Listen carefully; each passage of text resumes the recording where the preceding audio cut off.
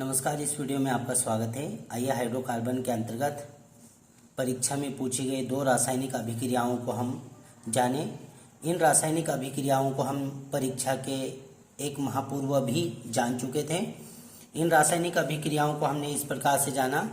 परीक्षा में इस प्रकार से पूछी गई, कैल्शियम कार्बाइड से इथाइन कैसे प्राप्त करोगे, केवल रासायनिक समीकरण दीजिए, इस प्रकार से पूछी गई। और इस रासायनिक समीकरण को हम इस प्रकार से जान चुके थे कि कैल्शियम कार्बाइड की जल से अभिक्रिया होने पर क्या होता है, क्या प्राप्त होता है, इस प्रकार से जान चुके हैं। और मीथेन से कार्बन टेट्राक्लोराइड कैसे प्राप्त करेंगे, तो इस रासायनिक अभिक्रिया को हम एग्जाम के पूर्व जान चुके थे। इस प्रकार से मीथेन की क्लोरीन से सूर्य प्रकाश की उपस्थिति में अभिक्रिया। तो आइए इन दोनों रासायनिक अभिक्रियाओं को जो पूर्व में भी जान चुके थे, परंतु इसे हम पुनः जानें।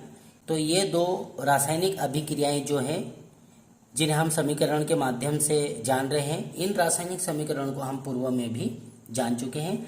तो आइए जानते हैं कैल्शियम कार्बाइड से इथाइन कैसे प्राप्त करेंगे। तो हम जान चुके थे कैल्शियम कार्बाइड की जल से अभिक्रिया।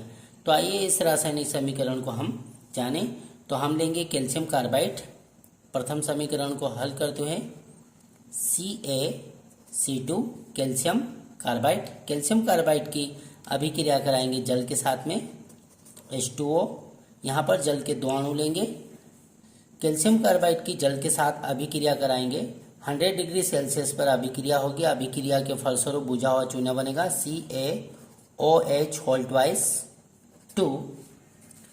प्लस C2H2 अर्थात इथाइन प्राप्त हुआ।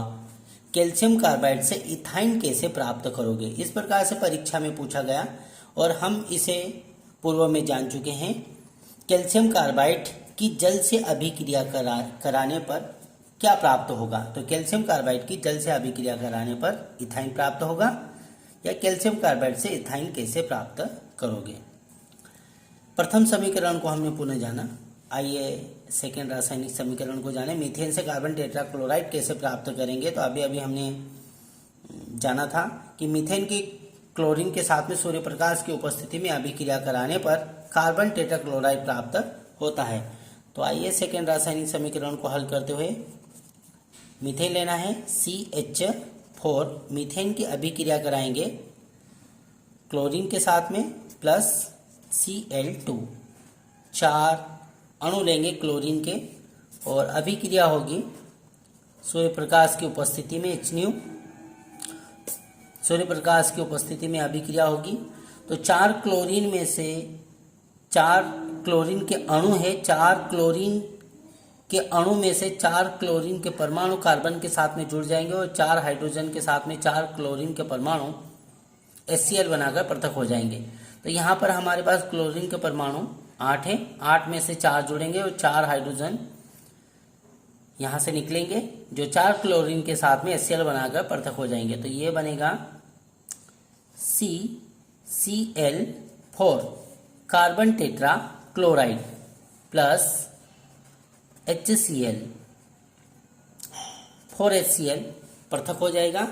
इस प्रकार से सूर्य प्रकाश की उपस्थिति में जब मीथेन से क्लोरीन की अभिक्रिया कराई जाती है तो कार्बन टेट्राक्लोराइड प्राप्त होता है। इसको हम इस प्रकार से भी लिख सकते हैं समझने के आधार पर, या करके CCl Cl Cl Cl 4 chlorine carbon के साथ में जुड़ जाएगा, कार्बन टेट्रा क्लोराइड। धन्यवाद, आपने इस वीडियो को अंत तक देखा और यदि आप इस चैनल पर नए हो तो चैनल को लाइक, सब्सक्राइब एंड शेयर कीजिए। Thank you.